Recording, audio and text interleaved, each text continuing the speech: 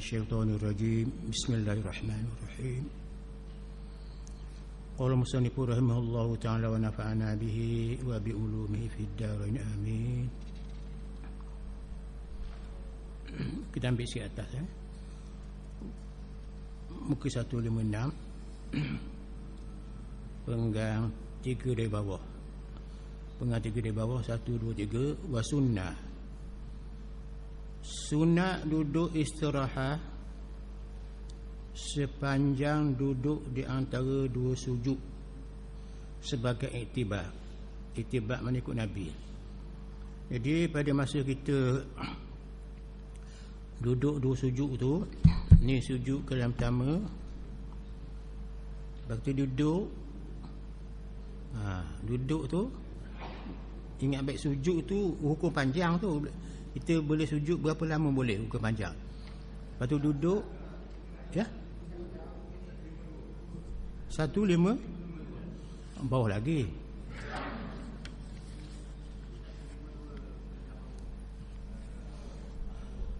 Bawah tu dan meletakkan bahagian papan lutut. Balik badangi ni, di badangi ni. Bismillahirrahmanirrahim.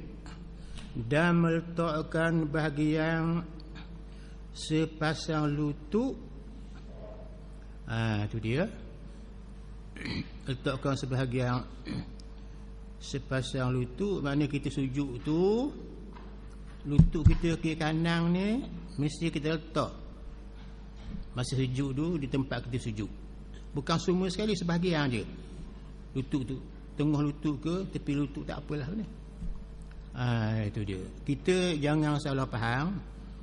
Bila kata Nabi kata Allah suruh Nabi sujud semayang 7 anggota, sujud dengan dahi, bukan semua dahi, sebahagian saja. Tangan pun sebahagian saja, bukan semua muka semua saya tekan itu, tak, sebahagian saja. Lutut sebahagian saja. Dan masa kita dengan kaki, kita bengkok jari kaki tu, sebatang cukup dah, bukan semua sekali, sebahagian. Jadi kita jangan misconcept, ni buat tanggapan yang tak jelas. Itu dia.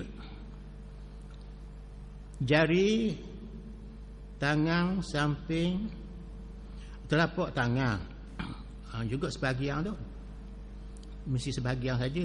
Kalau tak letak dalam telapak tangan, memang tidak sah sujud. Sebab anggota sujud ni dahi, dua tangan, dua lutut, dua kaki, hendak melambangkan kita ni sengaja sengeleng letak dahi di tanah tu, lutut di tanah, tangan tanah, kaki tanah tu, nak menyatakan kita sifat ada, kita ada sifat kehambaan. Rela dah kalau kita semayang pada pasir, rela dah dari kita berjelumah dengan pasir tu, tak apa, jangan sapu, elok gitu Tangan kita berjeluah dengan pasir, lutut berjeluah dengan lutut tak berjeluah pasal ada kain dia.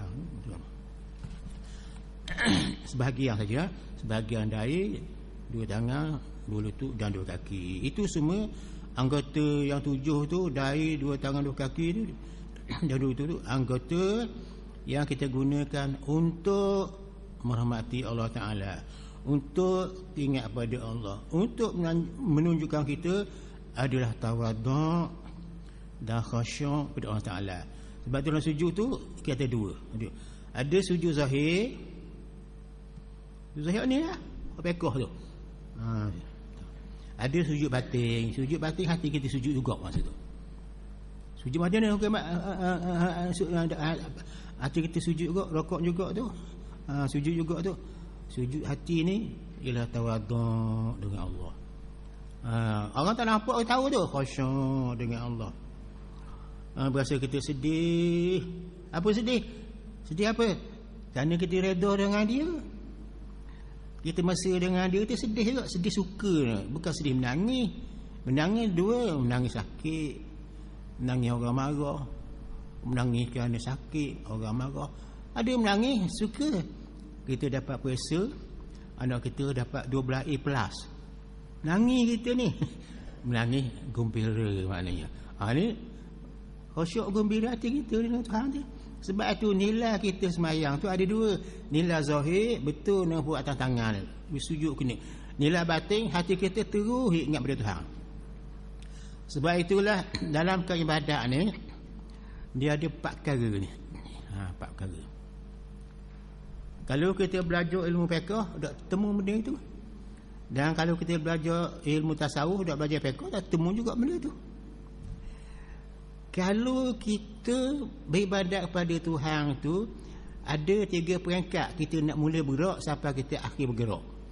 Satu, kita bergerak kita sebagai hamba. Kenal, aku hamba-Mu ya Allah. Yang kedua, kita semayang tu kita ingat kita ada sifat kehambaan. Itu nama ubudiyah. Kita hamba ni. Kita baca Al-Hang tu hak siapa tu? Hak Tuhan kan? Kita baca tak? Ke alhamdulillah tu hak Nabi buat, bukan daripada Tuhan khabar tu. Kita baca Quran tu hak Tuhan. Jadi kita baca perkalaan Tuhan tu. Kena perhati molek masih baca Quran tu. Janganlah kita baca Quran macam menyanyi katanya dah. Baca siapa bab pi neraka, senang hati kita. Baik cakap bab pi neraka, iddatul kafirin. Neraka itu diberi kepada orang-orang yang buat maksiat. Kafir. Kita pun baca dengan tidak ada kesan hati kita. Patutnya na'udzubillah. Jadi hak batin tak ada mana. Macam orang ngaji Quran tak? Wa iddat lil kafirin.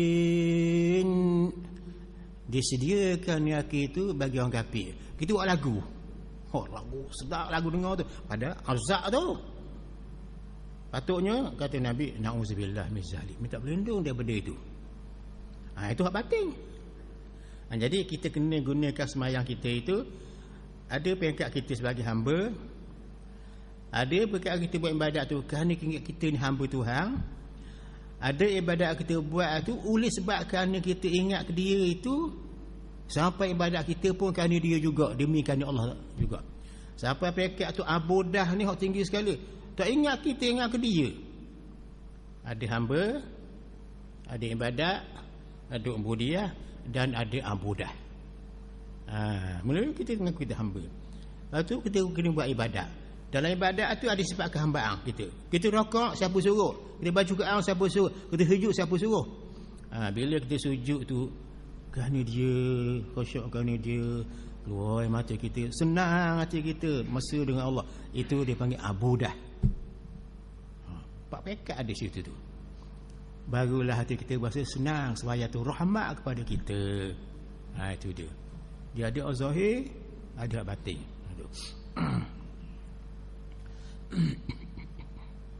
Tapi jari ujung jari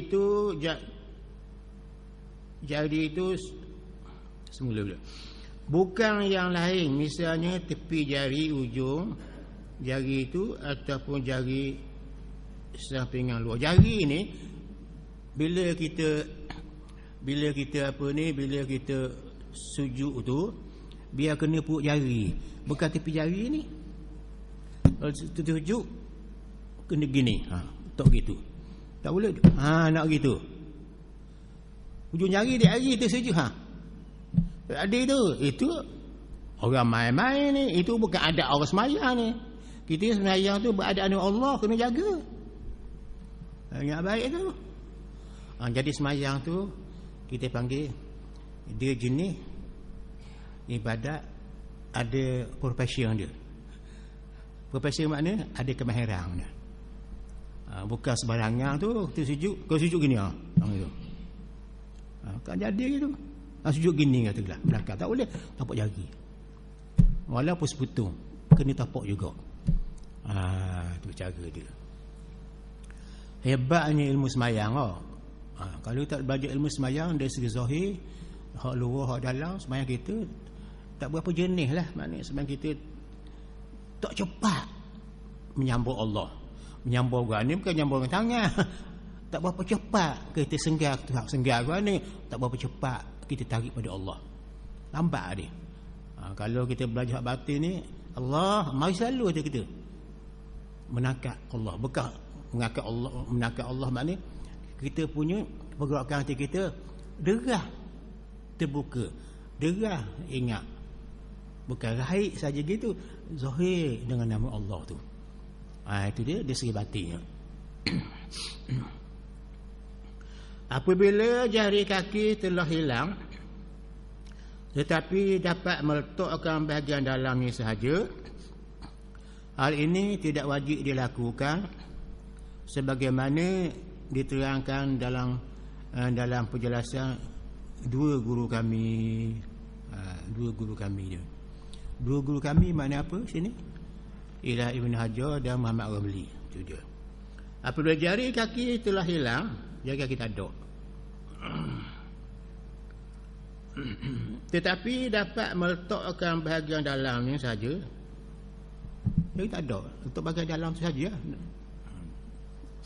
bahagian tapak tu. Hal itu tidak wajib dilakukan. Tak wajib, tak apalah benda itu tak boleh ditolak dah. Itu kata guru dia. Sunat menekankan anggota selain kening. Kening ni maknanya bukan kening dahi. Apa kening kau ni? Kau ni kening.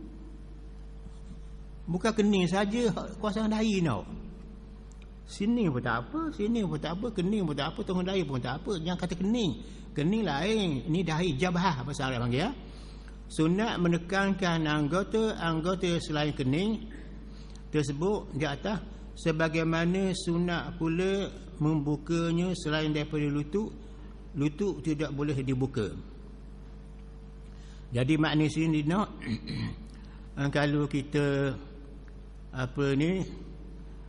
kalau kita nak tekan tu dari kita, tekanlah sekadar bekas benda itu nak kita sujud lah tu. Itu dia. Tapi tak wajib benda itu. Tu tak wajib. Seperti membuka dua lutut tadi. Itu tidak wajib, asal tak dah lah. Tak wajib tu buka dua lutut tu. Lutut tu memang kena pakai kain sebab dia kawasan gerak tu dia. Dan sunat itu dia kalau sujud meletakkan hidung macung ni ya. Hidung macung, hidung sepek itu mana tak sampai ke tanah tu, tebal-tebal tak sampai agak ke tanah tu. Hidung macung agak.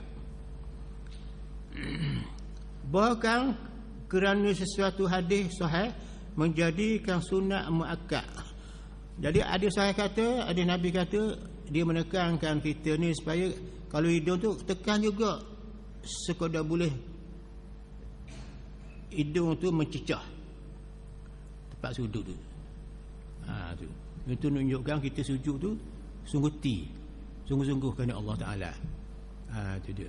Tapi ingatlah masa sujud tu siapa sujud? Kita mana? Hati mana? Ingat Tuhan. Tuhan mana? Allah kita. Kau tu nak sujud tu. Bukan sujud semata-mata sujud gitu. Barulah semakin kita jadi jernih. Dan Nabi kata tak ada benda lah yang paling dekat sekali seorang itu dengan Tuhan tu masa sujud lah. Sebab sujud tu dia boleh hukum panjang. Nak sejam boleh. Kalau soal sunat lah mana. Kalau soal itu payah sikit sebab ada waktu. Soal sunat mutlak katalah. Kita nak sujud sepah daripada sembahyang zuhur. Sujud seorang baca doa, baca. Sudah seorang. Tak salah benda tu.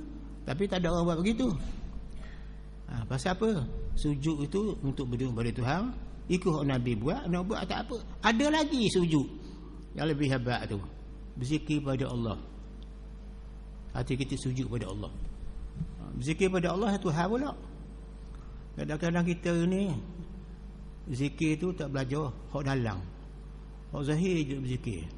La ilaha illallah. Hak dalam tu tak singgah sini. Kalau tak belajar kaedah-kaedah dia, biar singgah sini. La ilaha. Biar singgah. Bukan singgah Tuhan. Tuhan tak ada apa wing ni, apa nama ni, tak ada sayap. Singgah sana ni maknanya bertakhta di sini. Bukan jadi mahkota, takhta di petuh atas hati kita ni. Allah duduk sini. Habis hak lain lagi belaka. Syaitan kucuk lagi. Ya.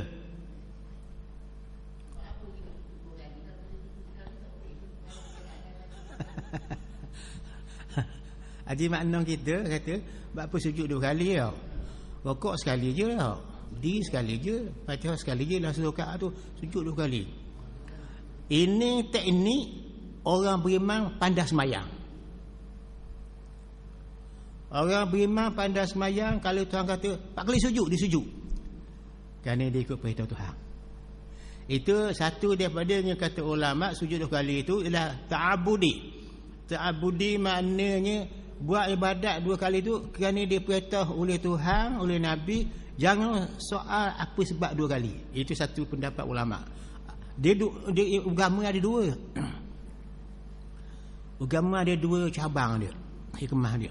Suatu ibadat tu ada dalam masuk bahagian ta'abudi. Ta'abudi ni perkara ibadat la yuqalu ma'nahu. Tak erti apakah maksud Tuhan suruh buat begitu.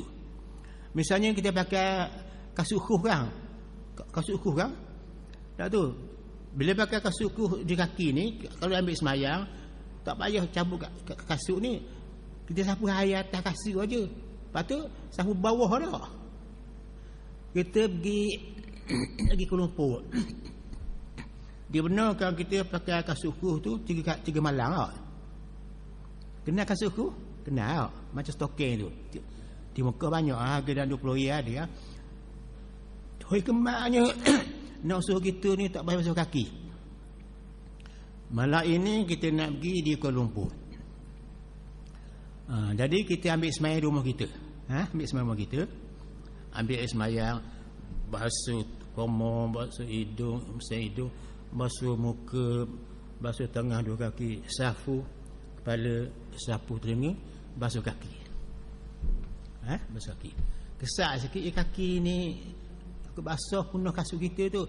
Ambil kasut khuh tadi sarung. Dah semayang. Sampai di tengah jalan tu katakanlah kita makan tu. Lepas makan tu nak tu kita pergi tanda. Wai, batal ada air semayang, batal lah. Tak tahu. Nak ambil semayang ni, nak salah jamak ni. Dia kedai tu. Kita ambil semayang. Ambil semayang, muka, tangan, kepala. Kaki ni dah cabut khuh tu. Sapu saja atas dia. Sekali. Dengan air sapu bukan basuh. Boleh semayang duk sekarang. Dalam tempoh 3 malam boleh kita pakai khuh, tak payah ambil semayang. Kalau batal semayang, ambil semayang, tapi bila nak basuh kaki, jangan basuh kaki. Pasal kita pakai khuh tu masuk suci dah. Masa kita ambil semua dulu, kita pakai khuh dah. Masa dia semayang dah. Kita tak faham tu? Boleh faham tak? Taklah maksud anaknya, kalau tak faham tu, mengapa jadi begitu? Nak memudahkan kita boleh belajar jauh, patut pakai khuh. Pakai khuh tadi boleh sapa, boleh sarung dan kasut, tak apa-apa. Ada orang kabarkan satu hari tu di masjid mana lah, seorang tu pakai khuh masuk dalam masjid, orang halal dia. Lagi kasut tak buang. Rupa dia pakai khuh, nak buang mana? Barang orang masjid tu. Bukan untuk imam tak bela kita ni, untuk imam tak bela kita reti lah benda gitu kan. Dia belajar pakai khuh ni. Kalau duduk dalam negeri tak belajar mesti habis satu hari satu malam boleh pakai khuh tadi. Halal. Kawan tu keluar nak buat ni. Orang luar saya kata. Orang luar kau. Mungkin orang luar. Orang India, Pakistan memang dia pakai sangat lah. Kita tak biasa sini. Dia ambil daripada kulit kambing dia buat. Dia ada zik no. Bawah tu dia jahit tak boleh masuk air. Sebab tu dia boleh sapu atas tu.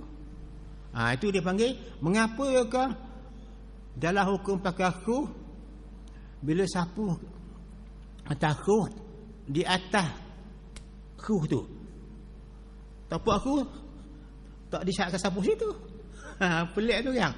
Ini dipanggil amrun ghairu ma'qulil makna, urusan ibadat yang kita tak tahu apa khususnya Tuhan Nabi ni suruh buat gitu. Sapu atas khuh bukan di tapak khuh, lepas tu tapaklah sebab kaki. Ini dia panggil urusan ta'abudi, urusan ibadat. Sami'na wa ata'na, kita dengar Tuhan kata gitu, kita buatlah, jangan tanya lagi. Contoh gini, contoh ni, apakah sebab Tuhan buat dua mata depan? Dua mata, kalau kita gustang belakang, langgar orang. Apa salah kalau Tuhan buat 4 mata, 2 ti belakang pula, jadi 4 utir? Nak gustang pun nampak, belakang depan pun nampak. Itu urusan yang tak dapat nak fikir. Tempat tu tak nak fikir tu. Itu kerja Allah. Satu. Yang kedua, bab agama ni, bab ibadat, urusan makul makna, amrun maqiyun lahu makna. Benda hukum Tuhan ni boleh kita faham. Boleh kita faham. Tak tahu mengapakah kita semayang tu tunggal-tunggil. Mengapa dia semayang tu? Kalau tak semayang apa salah ni? Kerana dengan semayang itulah kita dapat ingat Tuhan. Kalau tak semayang, kita tinggal teliti, ingat tak lainnya. Ingat Tuhan semayang tadi, Allahu Akbar tu, kita ingat. Kalau tak semayang, masa mana kita nak ingat Tuhan? Mengapa kita sujud? Kerana kita nak ingat kita hamba, kita kenalah beradab dengan Tuhan. Bila semayang kena sujud, kerana dia maha agung, maha tuang sebagai tuang, maha raja, paling raja, maha raja yang terbesar sekali, mentadbi'an lagi Tuhan. Malikul mulki tu'ti man tasya wa tu'izzu man tasya. Malikul mulki, raja bagi segala raja. Dan ayat Quran kan, tu'izzu man tasya, dia memuliakan orang. Wa tu'izzu man tasya, dia menghinakan orang, naikkan orang, menjauhkan orang. Waktu dia sujud. Itu dia. Itu gunanya, ada hikmah tu. Mengapa kita keluar zakat? Tu ada makna dia, ada falsafah dia. Nak tolong orang miskin. Tu'khazu min aghniyaihim wa turaddu ala fuqara'ihim. Ambil harta orang kaya, beri pada fikir orang pakai miskin. Ada hikmah, tolong susah. Itu dia panggil usaha agama yang ada falsafah, ada hikmahnya, tujuannya. Jadi ada dua. Satu urusan tak boleh nak fikir benda gini. Ada urusan lain boleh fikir dengan benda ni. Jadi bab dua apa ni? dua kali sujud dah. Dua kali sujud ajinah dah. Sujud pertama sekali, sujud kedua sekali, orang lain tak. Rukuk sekali, i'tidal sekali, qiyam sekali, tak tahu duduk sekali. Bila sujud pertama duduk. Lepas tu naik sujud yang kedua pula. Dua kali banyak. Kerana orang beriman, ahli ibadat, tempat sujud itulah sebagai fokus tumpuan yang habis tinggi, yang habis melazatkan hati orang beriman tu. Bila sujud kalam pertama itu tak habis, ambil rahas. Sujud yang kedua nak bilah balik, biar jadi tambah lagi ingat Tuhan tu pada masa sujud yang kedua. Allah sekali yang pertama tak terang tu, Allah subhanahu wa ta'ala, Tuhan maha agung, maha tinggi, subhanahu wa ta'ala. Allah malaka sajahtu wa bika amantu wa laka aslamtu. Saya ada wajah gini-gini, duduk, tak apa hati. Sujud kalau dua, mari selalu sambung tadi tu. Sujud yang kedua, mimpoint ni, hujah besar duduk situ, sujud yang kedua tu. Kalau orang tu sujud yang kedua tu, mengapa berasa tidak terpesona dengan Allah? Sujud yang kedua, mengapa aku sujud yang keduanya tak mari macam ustaz kata dia? Tak, itu ada sebab. Cari sebab. Sujud yang kedua tu tak mari benda tu. Berasa kesenangan jiwa kita dengan Tuhan kat sujud yang kedua tu. Ada sebab. Sebab yang pertama sekali, kita tak biasa belajar ilmu berzikir, ingat Tuhan. Itu punca besar sekali. Tak rajin berzikir. Zikir dengan emosi, zikir dengan kerohanian, dengan hati. Allah, Allah, Allah. Tak rajin berzikir macam tu. Ataupun malah berzikir puas sikit tak mau berzikir. Dan yang penting sekali, kurang ilmu. Ilmu cara sujud pada Allah Ta'ala. Cara tu. Ingat, satu masa seorang ulama yang terkenal, nama dia Al-Imam As-Sah Waliullah Ad-Dahlawi. Waliullah Ad-Dahlawi, ulama terkenal tu. Nama dia si Abdul Rahim As-Sah Waliullah Ad-Dahlawi. Dia kata kadang-kadang ada orang yang sembahyang. Ada ana buat apa ni? Ana buat nota sikit. Dia kata ada kadang-kadang dia kata, dengar dia kata, "I'lam tahwilah kamu," dia kata, "annal insana qad yakhtalifu ila al-haziyatil qudsiyah." Dia kata, ingatlah kamu bahawa ada orang bila dia sembahyang, kata dia, cepat dia menangkap Allahu Akbar. Ada orang macam tu. Yang tertipu ni mana sambung Tuhan, mana cepat dia menangkap Allah, takak selalu hati dia ni tertarik jazbah tu Tuhan tu. Ada orang macam itu. Siapa dia tu? Itu dia. Saya baca sikit dah terjemah lalu ni. Dia kata, hendaklah kamu mengetahui bahawa ada kadang-kadang hati seorang manusia itu dapat menangkap dengan cepat kepada alam sembahyang dia, alam sembahyang dia.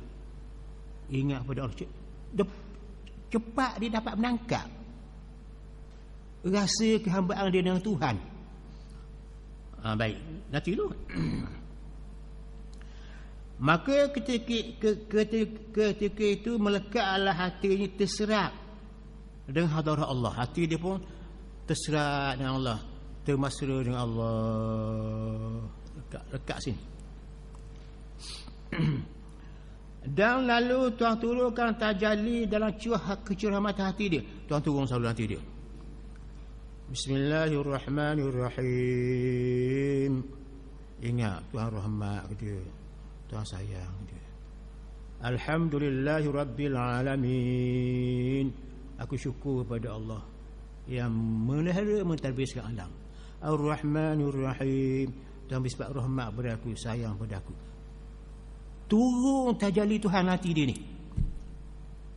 Iyyaka na'budu wa iyyaka nasta'in. Akan dikaulah kami sembah, akan dikau kami minta pertolongan. Itu orang macam ini. Ada orang macam itu. Baik nanti lu mana nak kabur ni. Itu dia. Sebab sujud tak ada dua kali, gitulah kau. Di sampai pakai pertama sujud kalma tak mari benda tu. Dia terasa dia. Di mana silap saya? Muhasabah. Mana aku ni tak bagi. Duduk sekejap, sujud kedua, mari selalu. Pasal iman bau timbul. Iman bau cerah.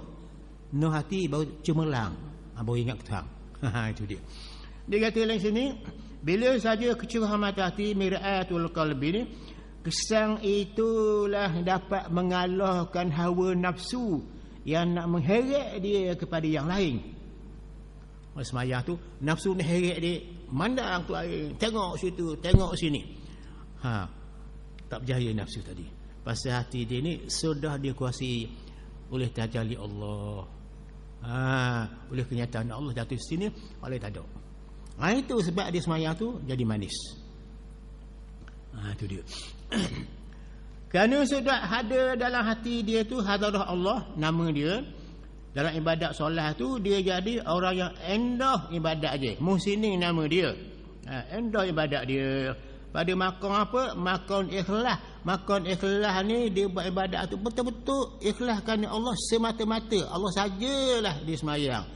Kepada Allah sajalah dia ikhlas. Tak ada ingat syurga neraka. Syurga neraka tu jatuh bawah. Allah jatuh atas. Syurga makhluk Tuhan. Neraka makhluk Tuhan. Nak tukar dengan Allah makhluk ni dengan Tuhan. Nak kata Allah ikhlas. Sampai peringkat dia mula-mula ingat dia dengan Allah. Peringkat yang ketiga tak ada dah, ingat Allah semata-mata. Orang macam ni ada, dia kata.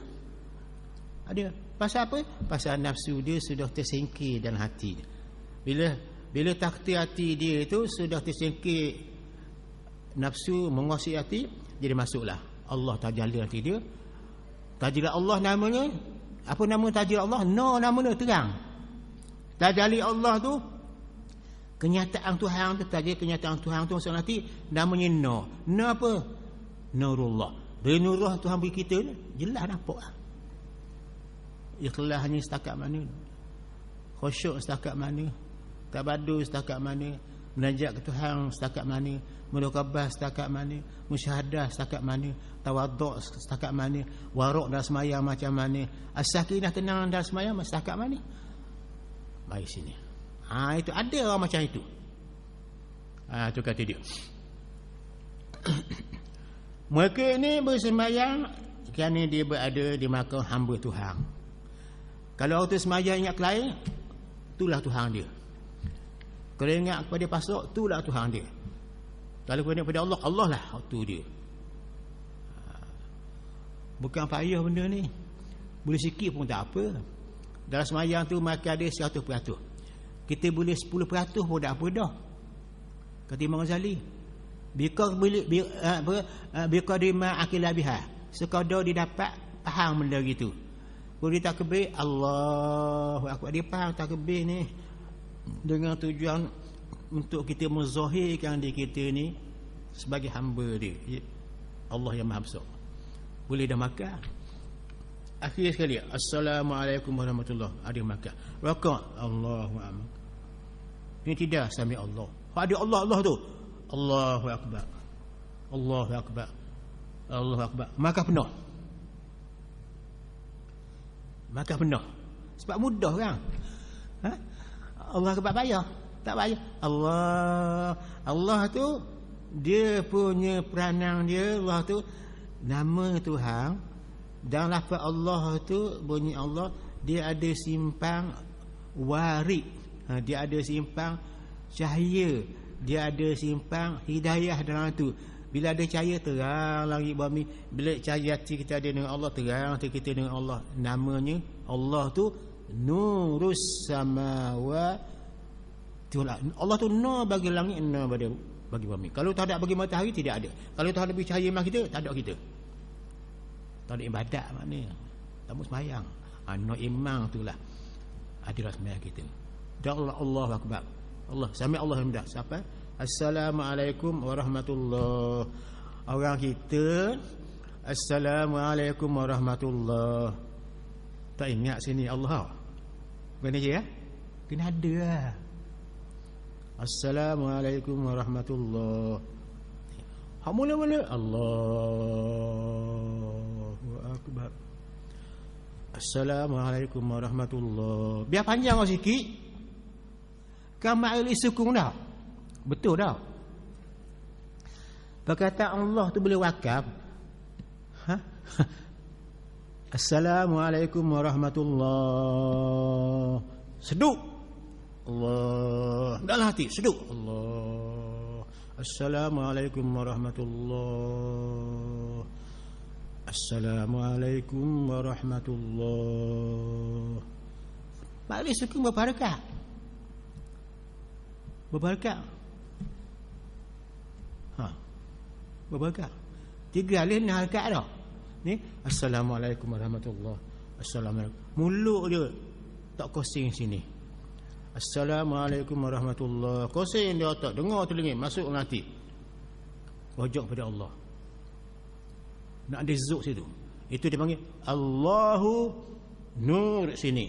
Allahu nur sini. Cua hati dengan Allah. Sebab Allah tu lafaz, ada makna dia. Tuhan yang mentadbir alam, bila ingat pada Tuhan tadi, hati kita ada jazbah, tertarik dengan dia. Itu dia. Itu dia panggil tadi genakak Tuhan tu. Cepat-cepat Allahu akbar, mari menakat dengan dia hati kita, ingat pada dia, mesra dengan dia. Itu benda dia. Itu atas orang yang ada sifat kehambaan. Orang dia tak ingat kepada hamba, ada sombong, dia megah, dia semayang, ingat dia megah, katakanlah kaya banyak gitu. Itu tak jadi itu. Sebab dia semayang tu nak merendahkan dia, bukan untuk kita takabur dengan Tuhan. Dan sembahyang tak ada takabur. Tak ada takabur, perbuatan kita tak ada takabur. Al-kibru, sombong hati pun tak ada kalau sembahyang. Pasal kita duduk di bawah naungan Tuhan ketika itu.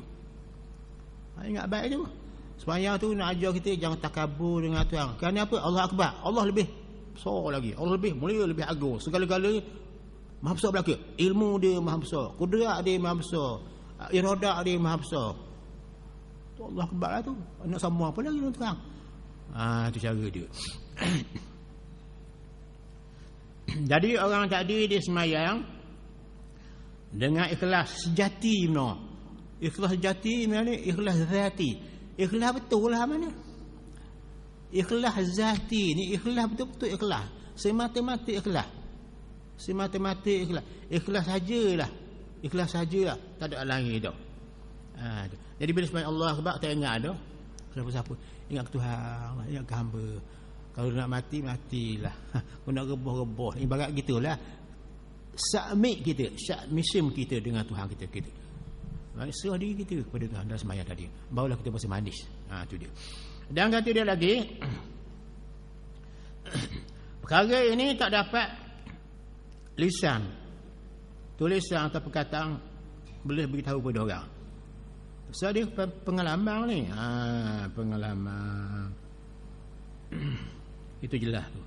Jadi ikhlas hati pada Tuhan tu oleh kerana Allah kurniakan pengalaman dia, manis dia beribadat tadi, Tuhan angkatkan martabat dia jadi golongan al-muhsinin, orang yang pekat Islam dia ada, iman dia ada, ihsan dia ada. Itu ada. Itu jelas. Nota dia ada, cuba bagi.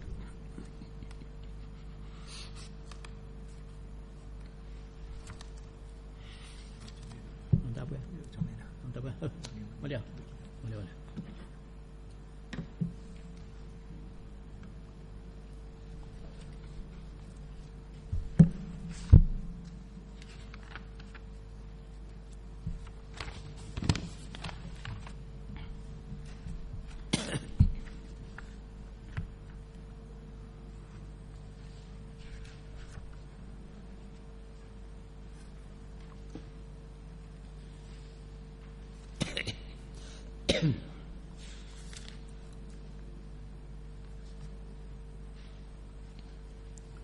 Habis.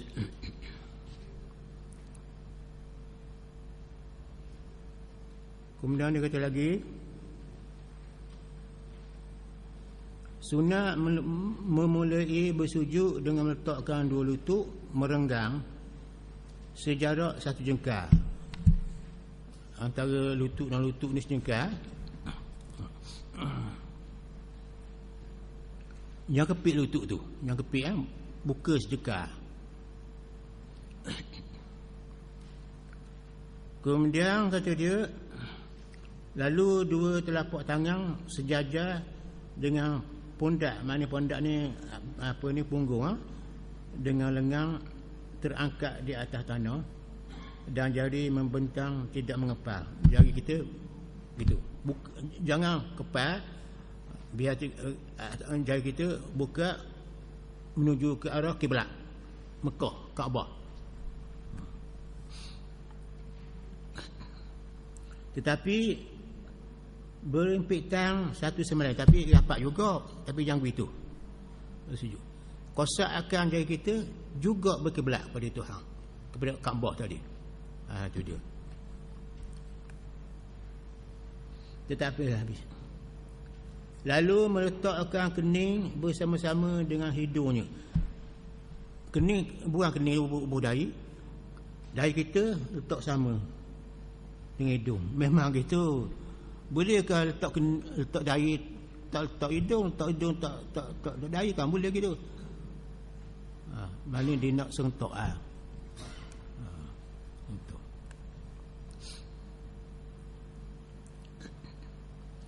Disunatkan pula agar memisahkan tumit sejauh dua jengkal, menegakkan untuk menekuk jari-jari terhadap kiblat dan mengeluarkan membuka sejauh dari pucuk tumitnya.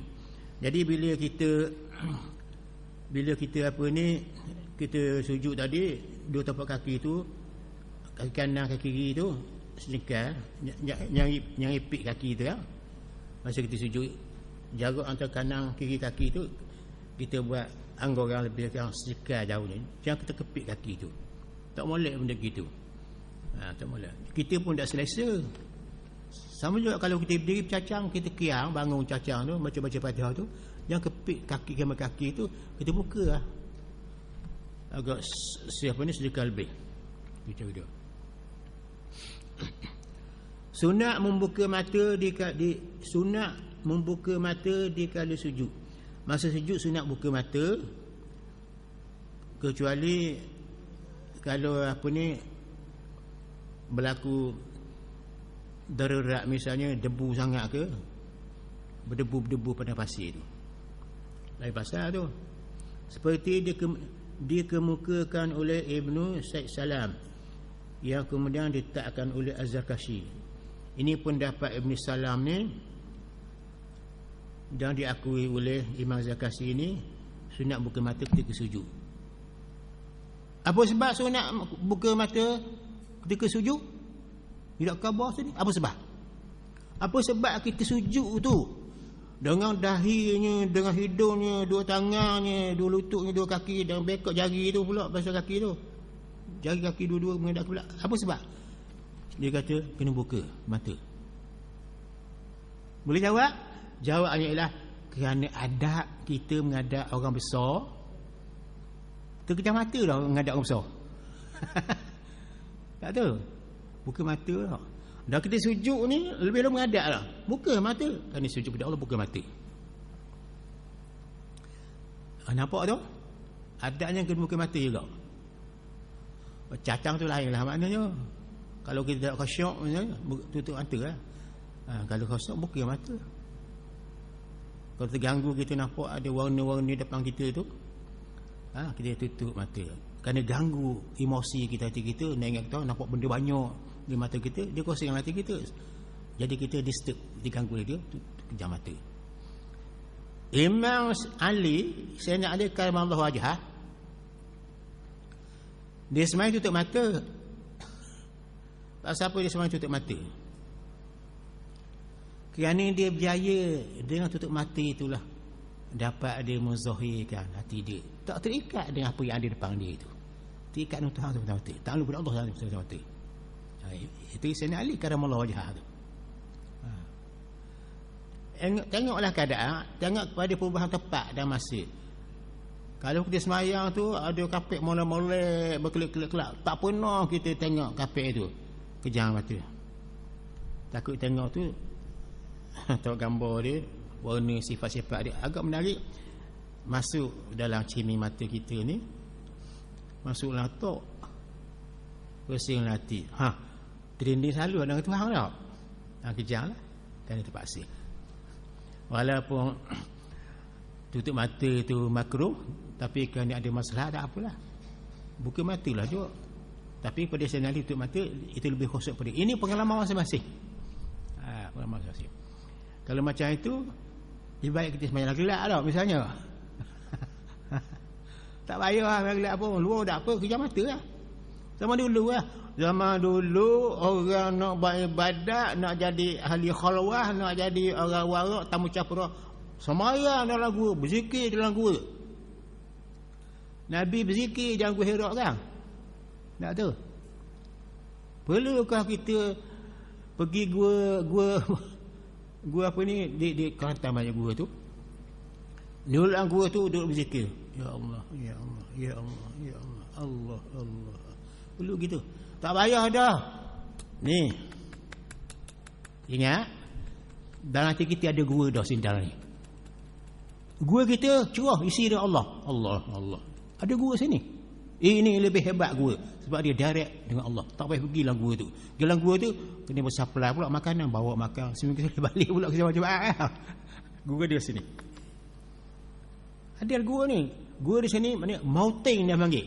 Mautin al-Jabaru, tempat yang kita bersunyi-sunyi dengan nama Allah. Gua sini. Orang tahu kita ada sini gua. Mautin al-jabaru, iaitu tempat yang kita berada dalam hadirat Allah. Di situ kita dapat berhubung dengan dia dengan zikir Allahu Allah, la ilaha illallah dan sebagainya. Buat di sini dah. Tak payah pergi tak gua, tak payah pergi tak bukit, tak payah.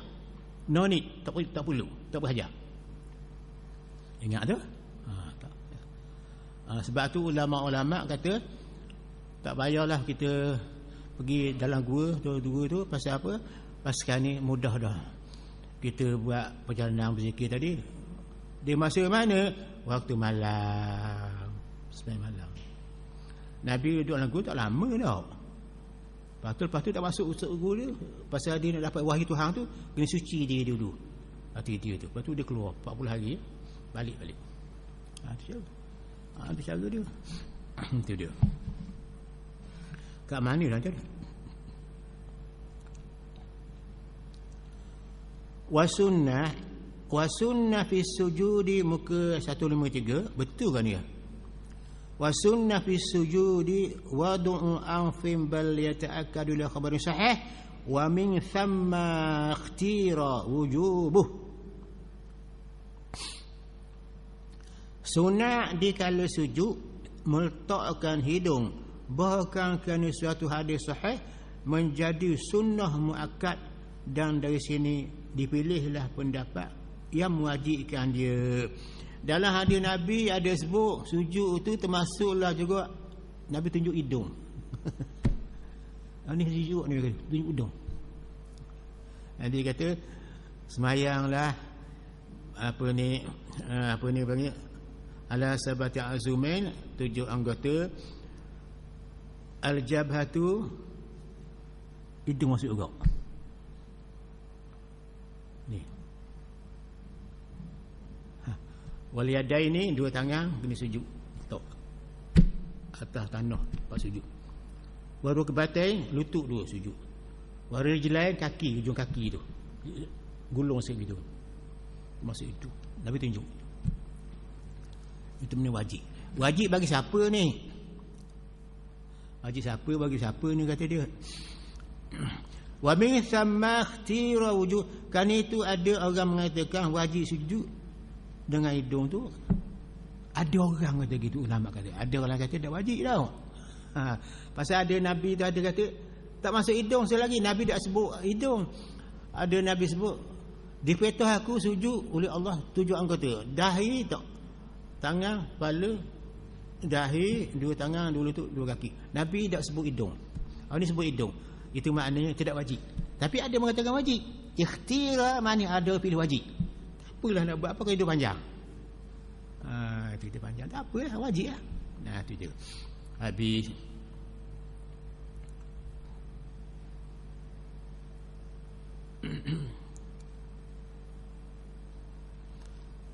Ya lain tempat ni kan?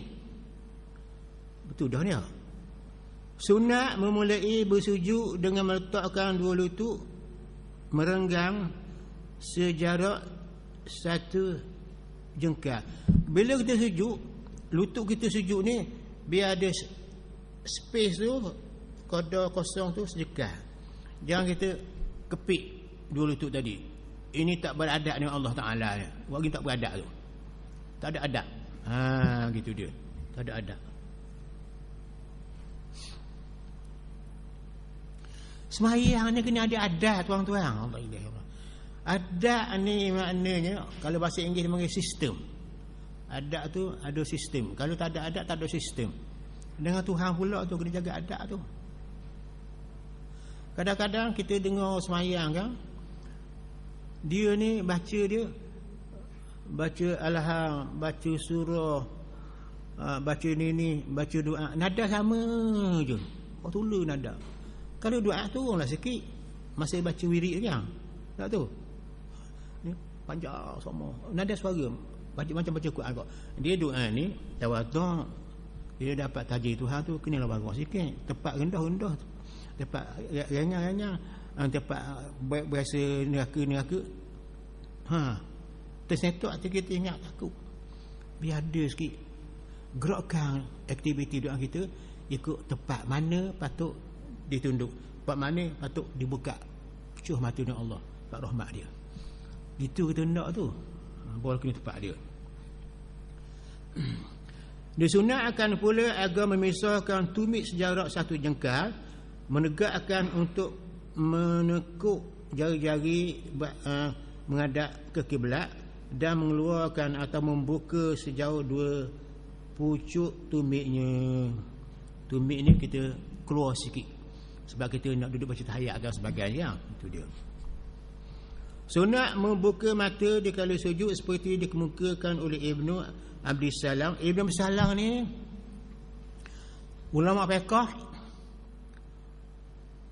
ulama zaman dia tu kagum dia sampai dia beri title Sultanul Ulama, raja ulama masa itu Syekh Izzuddin Ibn Salam nama dia. Sultanul Ulama Izzuddin Ibn Salam. Hebat orang ni. Hebat sungguh orang ni. Kitab dia banyak lah, kitab dia ni. Satu masa tu dia pergi dalam masjid, dia bawa kitab dia. Kitab bab semayang je, roh je. Maqasidus solah kitab dia. Maqasidus solah tu mana maksud semayang apa dia? Maksud semayang tu tebal juga tebal itu. Dia masuk dalam masjid bersarah, berderu orang minta. Kitab dia tu. Pasal nak tahu rahsia, semua orang mengiling tengok. Tak ada lagi masa itu orang mengarang bab semayang semacam dia, teraturnya, kemahnya, apa guna sujud, apa guna rakaat, apa guna duduk, apa makna takbir, apa makna baca alham, apa makna tasyahud, baca tahiyat tu. Yang buku dia. Ini lah orang ni. Gelar dia Sultan Ulama, raja bagi ulama. Itu dia. Ibn Abi Salam ni nama dia, Izzuddin nama dia, Ibn Abi Salam. Fatwa dia banyak, kitab fatwa dia. Dan diakui pula oleh Imam Zarkashi. Zarkashi ni orang mazhab kita juga. Ini orang fiqh terkenal belaka ni. Itu dia. Habis kita berhenti sikit dulu Dia baca nota dulu. Tanda sikit 153.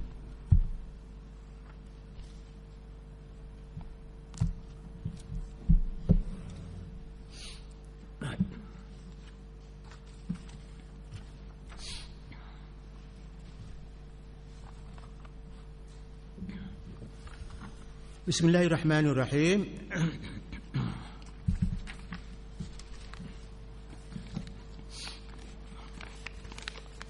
Nota yang kita buat ni semata-mata untuk menambahkan lagi maklumat biar fiqh kita terisi sikit sebanyak mengenai ilmu kerohanian, ilmu tasawuf.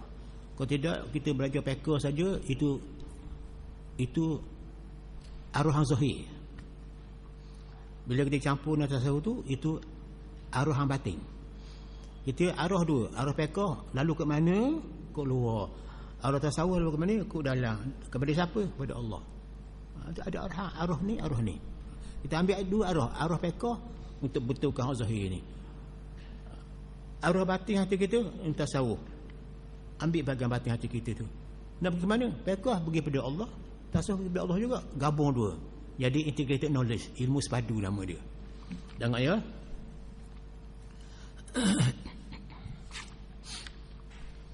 Kita kena beradab terhadap Allah semasa duduk baca tahiyat dan semasa membacanya.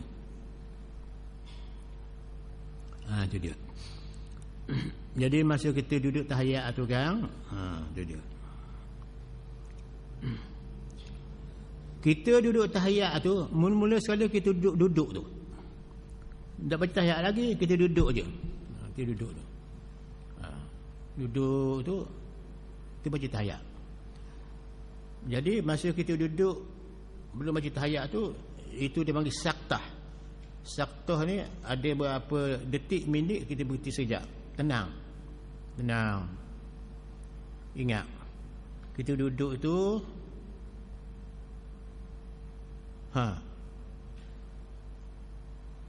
khayal kita, imaginasi kita tu, kita duduk tu siapa ke? Hadarah siapa kita duduk tu? Depan siapa juga? Ingat. Ni dok. At-tahiyat, duduk tu at-tahiyatul mubarakatus shalawatut thayyibat. Moleklah tu. Tapi arwah zahir duduk luar lah. Tafakur saja bila nak baca at-tahiyat, tafakur je. Duduk. Ingat nak baca at-tahiyat tu. Dalam at-tahiyat tu ada apa? Ada tiga apa dia panggil ni? 3 perkara. Bukan 3 orang, 3 perkara. Satu, nak khabar kita menghormati Allah. At-tahiyatul mubarakatus shalawatut thayyibatulillah. Kehormatan, kebesaran itu aku ajukan pada Allah, Tuhan yang memberikan kita berkat, Tuhan yang kita sembahyangkan dia. Satu kita sebut Allah. Itu satu personality. Allah tu kata, at-tahiyatul mubarakatus shalawatut thayyibatullah. Aku merasa kebersamaan ya Allah, selawat sembahyang yang diberkati dan sebagainya lilahkanmu ya Allah. Satu kita ingat. Jawabnya dia duduk tu nak baca tahiyat, kita pun mula masuk kehormatan itu hak-Mu ya Allah.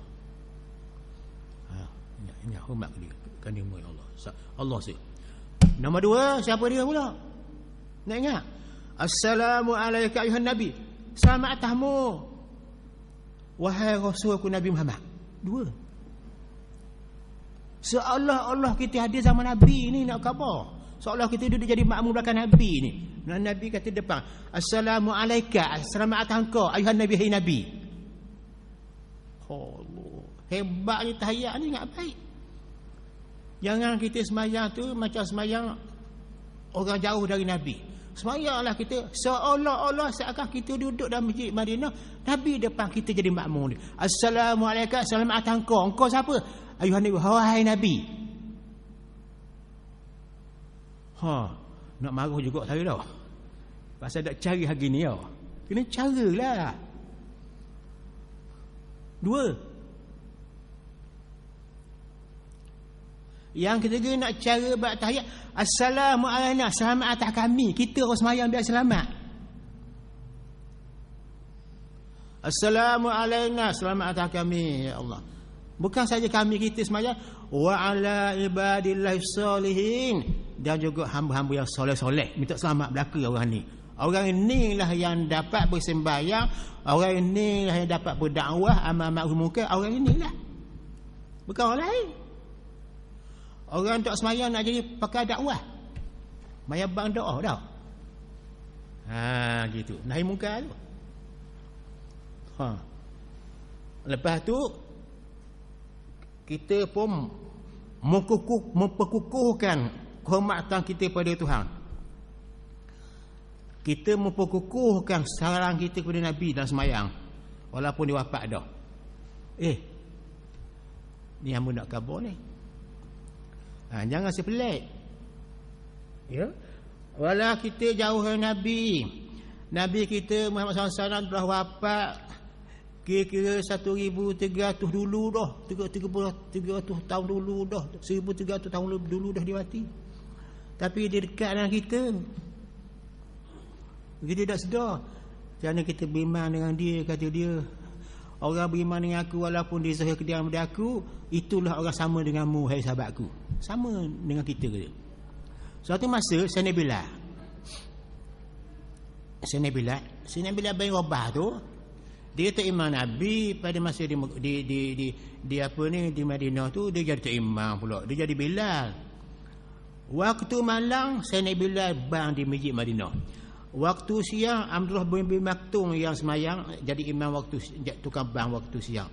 Waktu siang di Madinah, waktu zuhur asar, Abdullah bin Maktum dia jadi tukang bang dalam masjid Madinah. Nabi jadi imam. Malam ni Bilal bin Rabah yang jadi tukang bang. Pasal apa gitu? Pasal malang itu Sayyidina Bilal jadi tukang bang, pasal dia mata dia tak buta. Abdullah bin Maktum ni mata dia buta. Biar dia jadi tukang bang siang. Pandai Nabi ya. Orang buta boleh jadi imam pasal suara dia molek. Orang berjuru. Malang gagah macam si Nabila tu, dia mata celik, awak jadi Imam Malang lah. Tu baik. Pada masa Nabi wafat, Sayyidina Bilal ni dia pergi di Syria. Syria tu apa perang ni? Di Syria. Di dakwah di Syria. Matilah Rasulullah SAW di Madinah, dia ada di Syria. Pada masa dia sakit berat, bini pula, isteri dia pergi.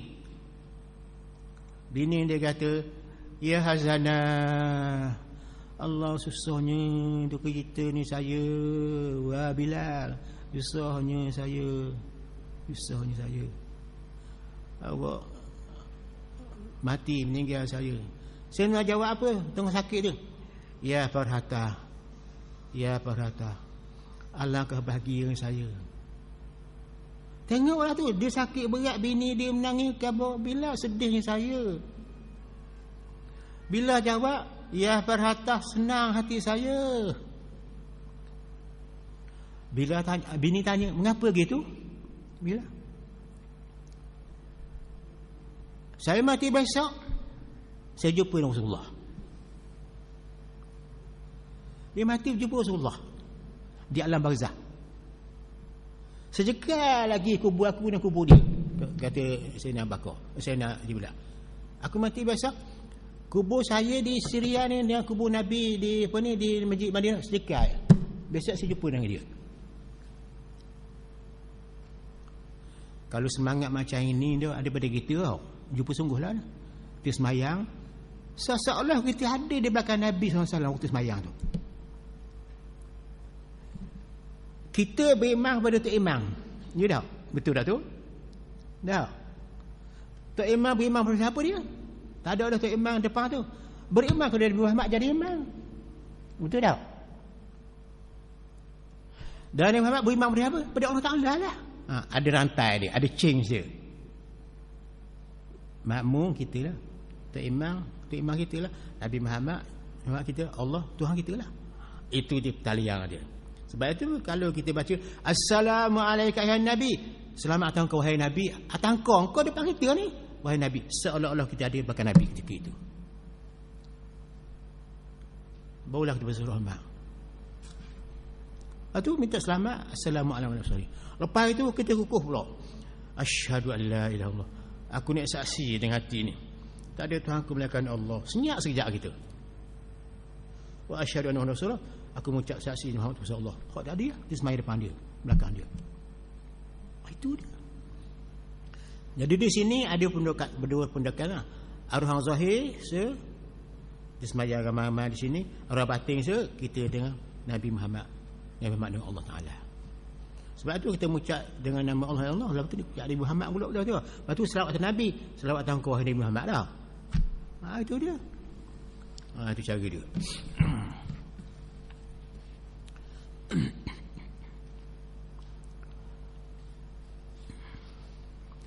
Ketahuilah wahai para mereka yang mencintai mahabbah, kasih kepada Allah, bahawa Allah menghidupkan kita di dunia ini sebagai hamba, abdun, hamba yang cukup elok endah kejadiannya. Ada mata, ada kepala, ada kaki, ada akal, ada hati, ada nafsu untuk bergerak, untuk cari makan.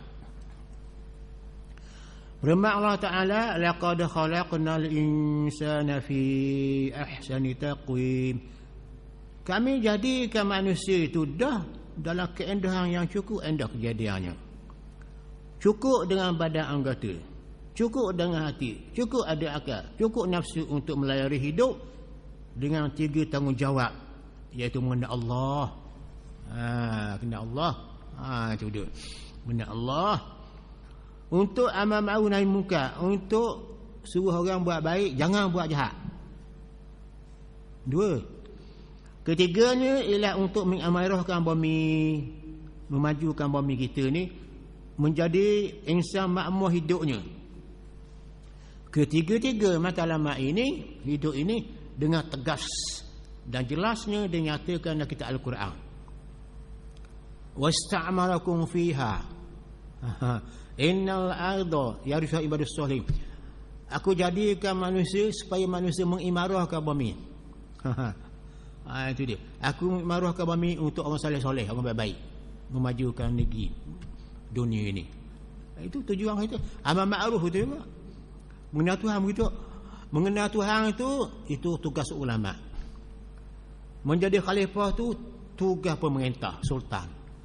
Amal selagi ni membangunkan negara ni, semua rakyat, semua orang-orang mengimarahkan bumi ini dengan makanan cukup dan sebagainya. Itu sebut Al-Quran tu. Mengenal Allah, ibadat, nahi munkar dan imarahkan bumi. Dalam Al-Quran belaka tu. Dalam ibadat solat, Allah menghidupkan kita ni hingga bertaraf insan mukallaf. Tuhan jadikan kita sampai kita sampai umur 15 tahun tu, akhir balik dan sampai dakwah Islam kepada kita. Kita hidup ni masa kecil kita tak sedar kita ni siapa. Bila kita akhir balik cukup umur 11 tahun, 15 tahun, baru kita sedar. Baru kita sedar. Ramai orang mengajar dakwah Islam, ramai mengajar. Kita pergi sempat belajar, alhamdulillah. Yang orang tu sampai 15 tahun tak berdakwah, tak mari ke masjid. Sampai semayang pun tak erti, mengenal Allah Ta'ala pun kabur. Rugilah dia. Salah dia tu. Itu dia. Dan Allah jadikan kita ini sebagai hamba. Abdun nama. Kita ni hamba Tuhan. Pokok kayu, binatang, langit, bumi bukan dia panggil hamba. Itu makhluk Tuhan tu. Kita dia beri taraf hamba. Maksud. Subhanallazi asra bi 'abdihi lailan. Maksud Tuhan yang telah mengisrakan hamba-Nya, hamba Nabi Muhammad lah. Tu dalam Quran dia ada juga wa ibadur rahmani wa ibadu, hamba-hamba Tuhan. Itulah orang beriman, orang semayang tu. Wa ibadur rahmani. Kalau nak kenal hamba Tuhan yang bersifat Rahman ni, wa ibadur rahman yamshuna fil ardi hauna. Dia berjalan tu molek berjalan. Berjalan molek. Ertinya tak sombong lah. Tak sombong. Tak takabur dengan badan, tak sombong dengan hati. Jalan molek. Itu ibadur rahman. Wa iza qala lahumul jahiluna qalu salamat. Temulah dia nak orang nakal-nakal tu. Orang jahil tu.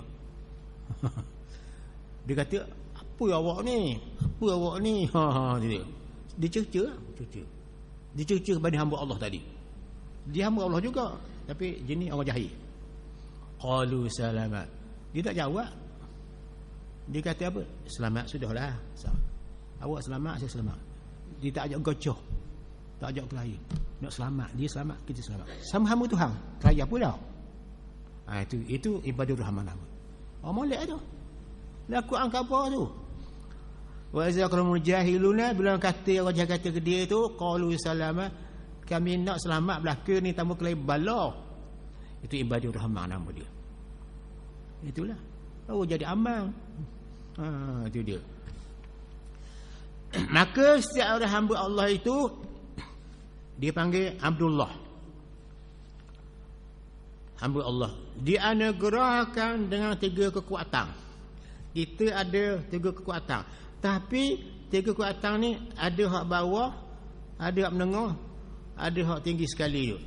Ikut mana yang sesuai dengan kupayang kita. Tu. Macam belajar juga. Macam belajar. Ada sekolah rendah, menengah dan sebagainya. Ada kepayaan kita. Dianugerahkan dengan 3 kekuatan yang boleh kita hayati setakat sekadar mana kita upaya. Seperti berikut. Insan bertaraf hamba Allah dan kekuatan pada dirinya ala kadar kuasanya untuk mendekati Allah. Satu, dia tu hendaklah bersifat hamba pada Tuhan. Hamba Allah. Kita lah kan? Bersifat hamba pada Tuhan.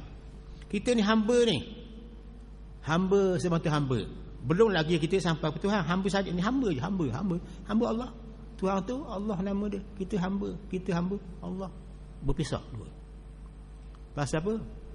Tak cukup nak menghadap dia kerana tak ada iman, kurang ibadat, tak kenal pun Tuhan, tapi dia tak hamba. Tapi kalau hamba tu molek, al-abdu abdun wa in taraka, hamba tetap hamba walaupun dia sama jumpa dengan Tuhan. Tuhan, hamba kasih sayang. Wa rabbu rabbu wa in tanazara, Tuhan tetap Tuhan. Jatuh hati kita tubik keadaan kasih sayang.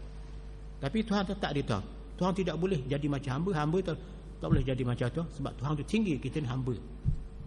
Tu al-abdu abdun, kita tetap hamba. Wa in taraka, walaupun kita naik sampai ke pekat mengenal dia, tetap kita hamba juga. Bukan kita Tuhan ni, dia Tuhan, kita hamba. Wa rabbu Tuhan juga, dia Tuhan, kita hamba-hambalah. Sedar kita hamba, taklah ke dia, sebab dia mentadbir segala alam dia, Rabbul Alamin tu. Itu ada. Itu dia. Pertama, abdun, ingat kita ni hamba. Nak sombong dengan Tuhan. Dengan orang boleh sombong. Kita nak sombong dengan Tuhan. Sampai masa tak kenal orang dah, mati. Nak kenal orang mati. Sombong tak? Tahu. Banyak tak selesai. Ibadat tak selesai. Jenayah sangat banyak. Sama ada jenayah zahir, bunuh orang sebagainya, ataupun jenayah batin ni, khianat ke orang, maki ke Tuhan. Tak sesat. Niat baik. Tu dia. Yang kedua, hamba tadi ada kekuatan beribadat. Dia ada kekuatan, dia boleh beribadat. Boleh mengucap, boleh semayang. Itu bagus. Kat bawah tu dia boleh mengucap la ilaha illallah. Nirok lagi kita ni boleh buat ibadat dalam bentuk biasalah. Yang ketiga, jaga baik bagi ketiga tu, ada kekuatan berubudiyah. Kita buat ibadat tu, terasa kita buat ibadat tu atas nama kita ni hamba, maka kita buat ibadat pada Tuhan. Tu tak ingat dah kita ni, tak ingat dah body kita ni, ingat kita ni atas nama hamba buat ibadat ni, ialah kita ni kerana hamba Allah. Kita baca Al-Hang pun waktu Tuhan ajar. Kita hidup pun waktu Tuhan beri. Kita rakuk sujud pun waktu Tuhan suruh. Tak lari tu, nak tu. Tu ubudiyah dia panggil. Boleh buat lagi ni. Boleh buat lagi. Buat akan ibadat. Bukan kerana nak syurga, nak neraka, tu bab lain. Buat kerana ibadat. Ikhlas, sebetul-betul ikhlas. Pada masa ini iman kita bertambah, hati kita mendekati Allah. Hak yang keempat ni, tidak ada siapa yang boleh menentukan ni orang ini nak khabar gini, nak khabar. Mula-mula dia kenal di hamba Tuhan, dia buat ibadat, boleh dia kuasai ubudiyah sebagai hamba Ta'ala. Bila sampai ke pekat ubudiyah ni, kalau dia berzikir, kalau dia semayang, dia tak ingat ke diri dia, hati dia tak ingat kepada hati dia, kerana hati dia tu sudah jatuh kepada ilmu Tuhan, jatuh kepada tajali Allah, jatuh kepada ilmu Tuhan, syahadah Allah. Tuhan tengok dia, Tuhan perhati dia, Tuhan melihat dia, Tuhan mengenal dia. Dia tak ingat kelain dah masa itu. Mana pada masa dia ibadat tu, apa dia ingat dia? Tuhan rasa mata-mata. Apa bunyinya? Allahu naziri, Allah memandang saya. Bukan dia kata gitu, rasa nanti Allahu yarani, Allah perhati saya. Allah syahadani, Allah telah menyaksikan saya. Allahu ma'i, Allah sama saya. Berasa kok tu lah hati. Waktu ambil ke dia kok tu. Ini memang payah. Kecuali orang semacam Sahal bin Abdullah, macam semacam Imam Ghazali, Syekh Ibn Arabi, Muhyiddin Ibn Arabi, macam apa ni, Syekh Alwi Ad-Dahlawi. Ini orang tak boleh tandil lah ni. Orang sampai hukum tabak Abu dah. ibadat dia sangat tinggi dengan Tuhan sampai dia tak ingat akan dirinya galik dalam Tuhan. Ingat Tuhan tu. Tapi Tuhan dia suku berkecapur dua itu. Tuhan bukan tu dalam tubuh dia. Bukan roh kita dalam roh Tuhan tak ada roh. Maknanya pada masa itu peringkat dia tu peringkat lenyap diri dia macam lenyap kita duduk dalam laut yang nampaknya air saja, tak nampak lain dah. Yang dia ingat dalam hati dia iman dengan Tuhan saja, dapat anugerah Tuhan, dapat nurullah. Ketika itu dia tidak lagi mandang pada diri dia, mandang pada Allah. Itu dia bagi makam al-muhsini. Anta abdallah ka annaka tarahu fa illam takum tarahu fa innahu yaraka. Ketika itu itulah dia orang tinggi sekali ni. Jadi makam abdu, makam ibadatu, makam ubudiyatu dan makam abudatu. Dia pak mutabak situ. Itu cara dia. Itu jelas. Jadi dalam hal ini kita nak kait macam mana? Dah masih dah. Ini panjang ni. Semula dia. Wallahu a'lam. A'udzubillahi minasyaitonir rajim. Bismillah. Alhamdulillah rabbil alamin wassalatu wassalamu ala asyrafil. Allahumma inna nas'aluka ya Allah, ya Rahman ya Allah, ya Rahim ya Allah, ya Salam ya Allah, sallimna ya Ghafar tubna alaika. Allahumma rabbana atina fid dunya hasanatan wa fil akhirati hasanatan. Allahumma iftah 'alaina fi wajhina min jawrina. Allahumma inna na'udzuka rabbana atina fid dunya hasanatan wa fil akhirati hasanatan. Wa sallallahu ala sayyidina walhamdulillahi rabbil alamin. Taqabbalallahu minna wa minkum tabakkal ya karim ya karim. Walhamdulillahi rabbil alamin.